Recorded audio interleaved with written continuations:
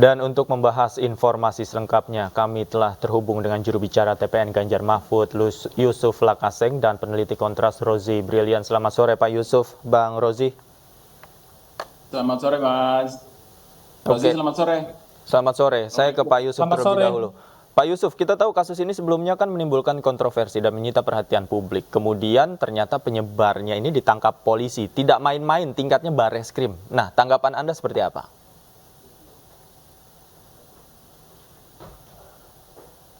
Ya, ini aneh bin ajaib ya. Makin janggal sekali di pandangan kita tentunya. Orang yang merepost video itu, ya bukan yang memproduksi ya, merepost video itu malah yang ditangkap.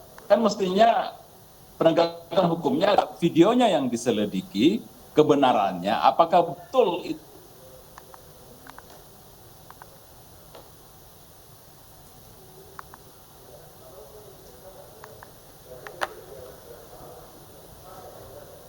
Baik, Pak Yusuf, audionya terganggu, bermasalah, sambil saya tunggu audionya kembali diperbaiki. Saya ke Bang Rozi terlebih dahulu. Bang Rozi, Anda melihatnya seperti apa ketika memang tadi dikatakan Pak Yusuf justru peripost video ini yang ditangkap, bukan pemproduksi. Alih-alih mendalami temuan tersebut, namun malah ditangkap. Tanggapan Anda seperti apa?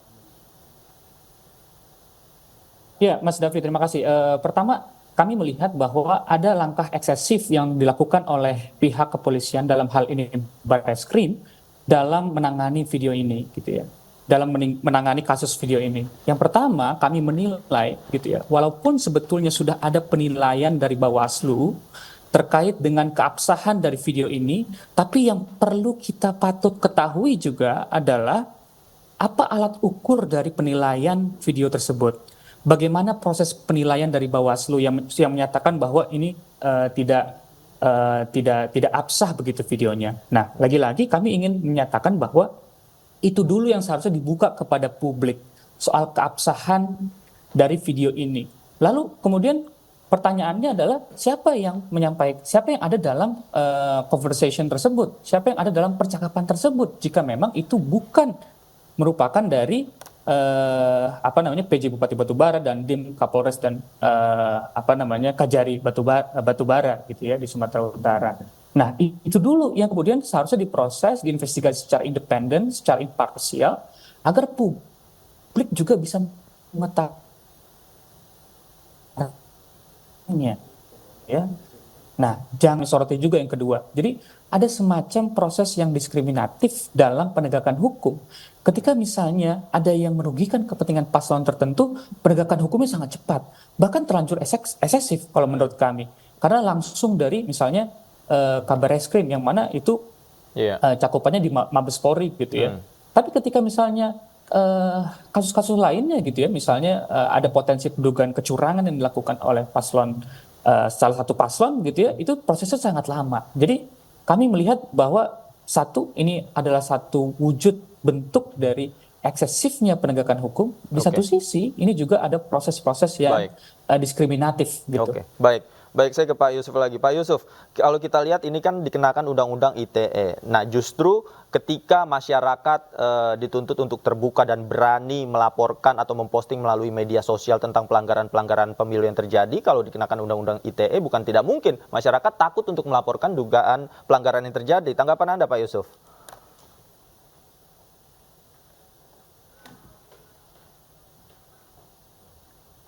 Pak Yusuf, audionya boleh dibuka? Masih di mute barangkali. Ya, ini yang menurut saya janggal ya. Dan ini adalah jelas aksi represi dari aparat ya. Orang yang merepost kok yang ditangkapnya juga jam 3 pagi gitu. Palat ini bukan teroris ya. Kenapa diperlakukan sedemikian rupa seperti musuh negara yang besar? Dia hanya merepost sebuah video yang memang janggal ya, karena ada pimpinan Forkopimda Kabupaten Batubara yang bicara secara telanjang soal pengarahan sisa dana desa untuk pemenangan pasangan calon tertentu. Ini bahaya sekali ya.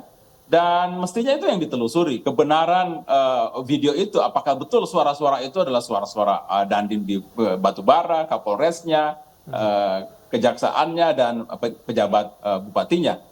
Karena itu penting ya, kebenaran itu untuk mengungkap. Kalau memang betul mereka itu adalah suara-suara para petinggi di Forkopimda di kabupaten itu, maka alangkah bahayanya kecurangan pemilu dilakukan oleh pejabat negara itu sendiri. Dan saya kira ini menjadi alarm ya, bahwa kita sudah bisa memprediksi ya, jikalau pasangan yang didukung dengan cara curang itu menang, maka demokrasi kita betul-betul diambang bahaya yang besar ya.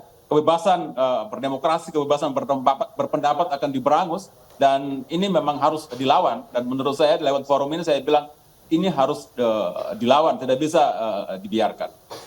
Oke, artinya menurut Anda ini adalah salah satu bentuk intimidasi yang dilakukan oleh aparat kepolisian? Ya, ini intimidasi. Ini artinya apa pesannya? Pesannya jelas bahwa jangan melakukan seperti yang dilakukan oleh Palti gitu ya, merepost video-video semacam itu kan. Ini jelas untuk menakut-nakuti, tidak ada target lain selain intimidasi, menakut-nakuti. Dan kita tahu kemana arahnya, ini adalah kepanikan ya dari kekuasaan negara yang merasa jagoannya di Pilpres ini akan terancam kalah jikalau putaran kedua terjadi. Mereka tidak bisa memenangkan satu putaran, karena jika putaran kedua menurut saya disitulah pertarungan sesungguhnya, dan saya yakin mereka tidak bisa lagi mengontrol situasi, dan sudah bisa dipastikan pasangan 02 bisa kalah dalam putaran kedua itu. Oke, Bang Rozi, kalau kita lihat ini kan sebenarnya melenceng dari substansi. Paling tidak substansi yang harus diungkapkan oleh para penyelenggara pemilu adalah isi rekaman tersebut. Bisa dibuktikan apakah itu betul atau tidak. Namun dengan adanya penangkapan ini semua perhatian jadi belok dari substansi tersebut, jadi terhadap penangkapan ini. Tanggapan Anda seperti apa?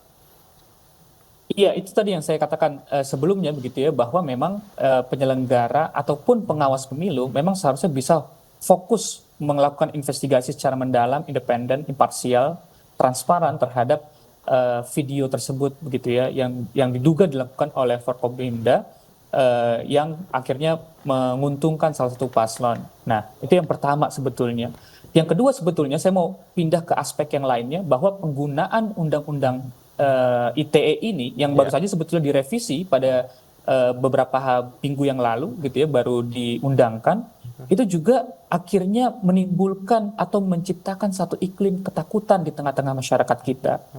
Bahwa aparat penegak hukum ya bisa kapan saja menangkap gitu ya bagi siapapun yang vokal kritis berusaha mengungkap. Nah, kan seharusnya begini, masyarakat yang kemudian mengungkap sesuatu atau membantu mempublikasi sesuatu atas temuan dugaan pelanggaran kecurangan pemilu, itu seharusnya diapresiasi gitu kan.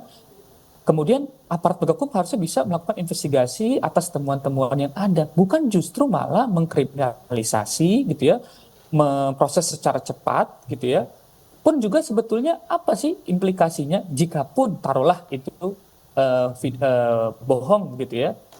Kan kalau kami lihat gitu ya, itu kan harus ada implikasinya, karena kan ini delik material, artinya dia harus menimbulkan keonaran. Keonaran apa yang ditimbulkan oleh hal tersebut gitu kan. Nah, itu yang kemudian harus ditelusuri juga sebelum akhirnya misalnya ditetapkan tersangka, orang ditangkap, dilakukan upaya paksa dan lain sebagainya. Lagi-lagi saya mau bilang bahwa ada satu bentuk excessive use of force yang dilakukan oleh aparat penegak hukum dalam konteks kasus ini gitu ya.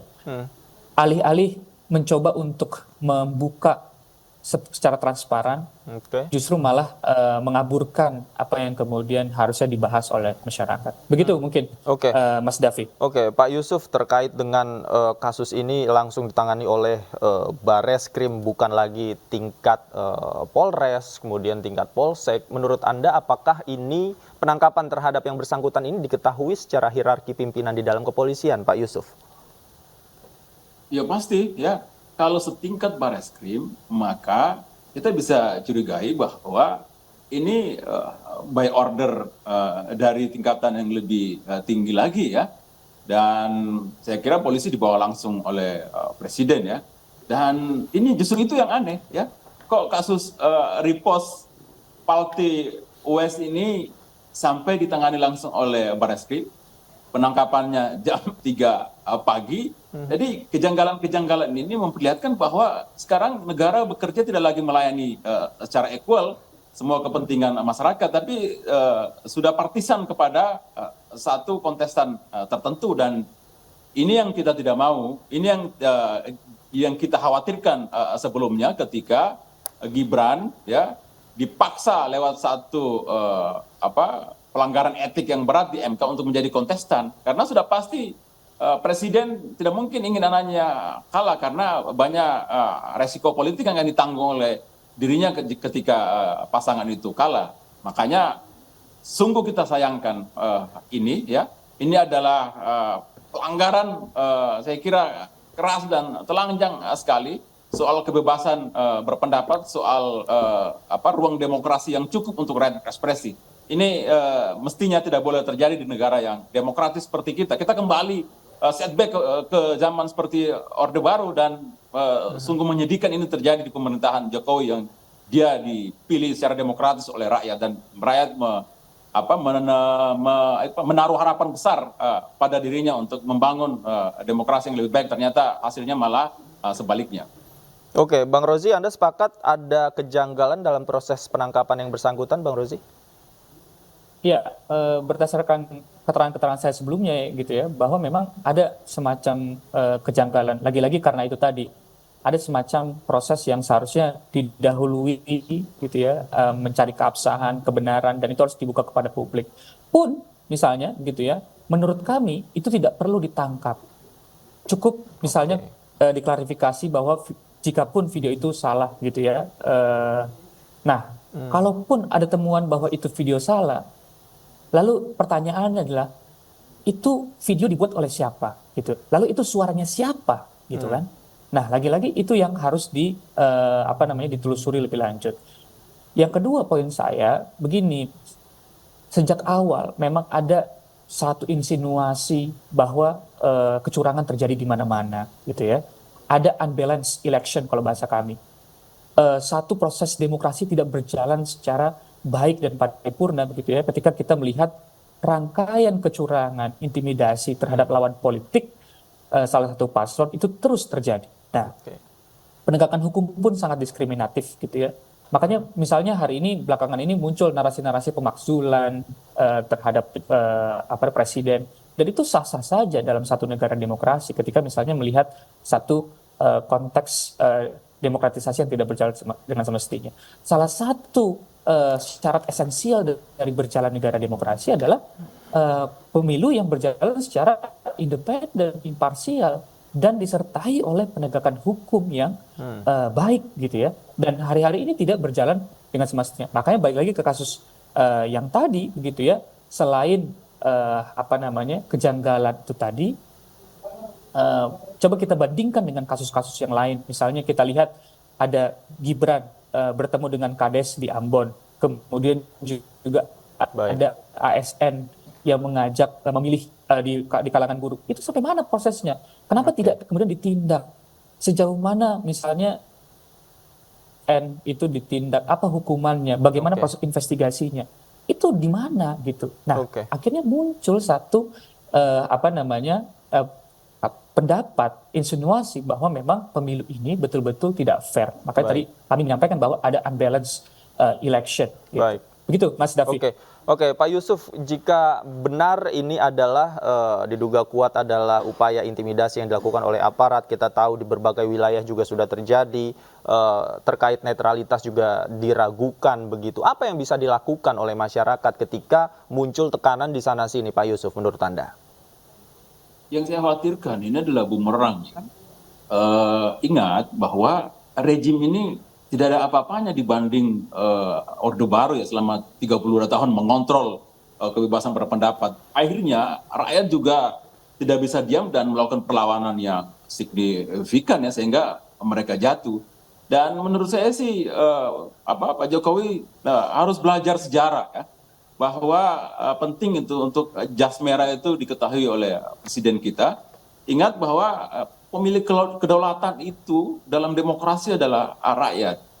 Nah, kebebasan berpendapat ini adalah kemewahan bagi rakyat dalam sebuah negara demokrasi.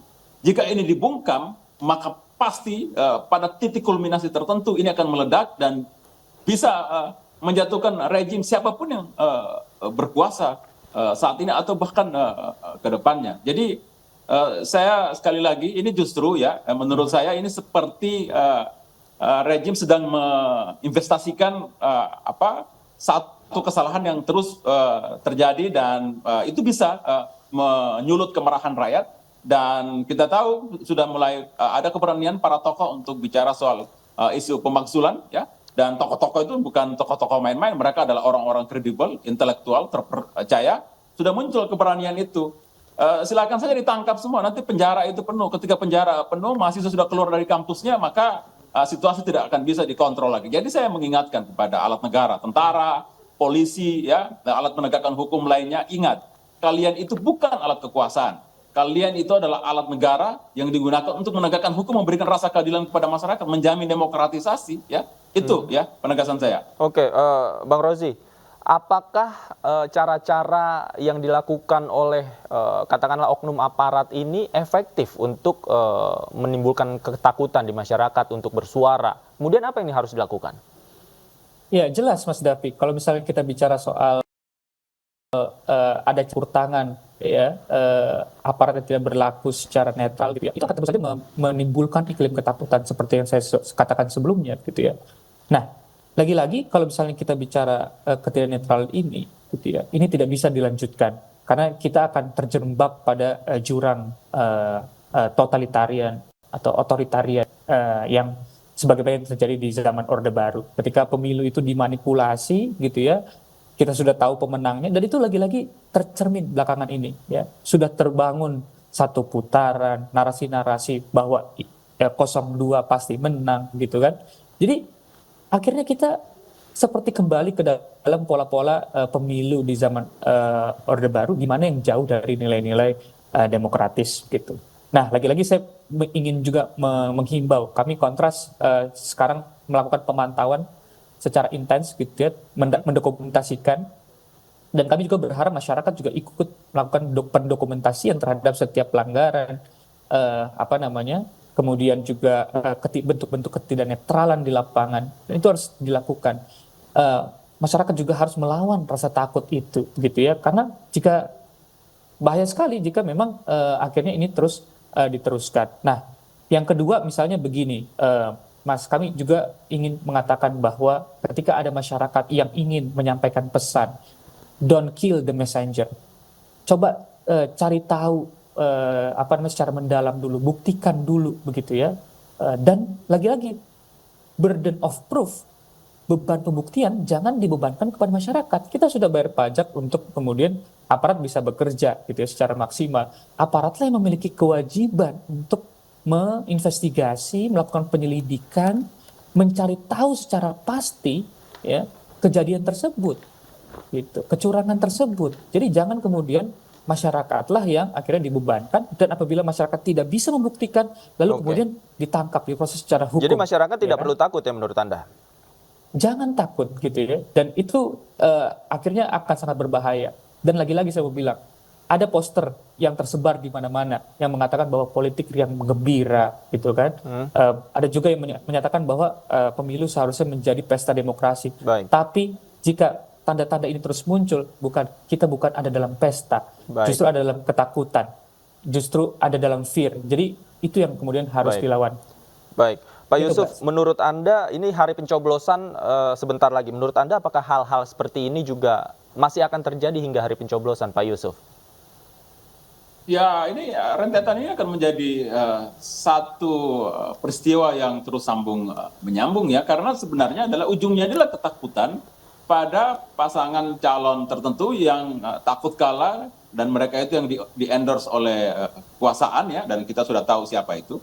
Jadi dalam melihat ini, saya menghimbau kepada masyarakat harus makin yakin kita bahwa bukan pasangan itu yang harusnya dipilih oleh masyarakat di 14 Februari nanti.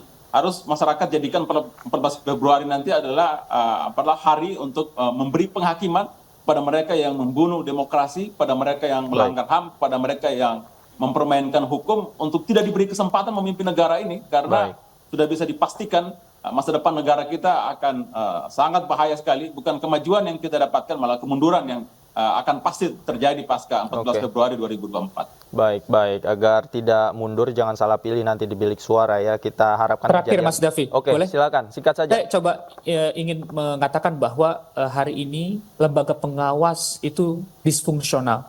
Lembaga pengawas itu sangat penting gitu ya. Jadi harus ada langkah-langkah proaktif dari Bawaslu gitu ya sebagai lembaga pengawas penyelenggara pemilu. Begitu juga dengan kepolisian gitu ya sebagai aparat penegak hukum.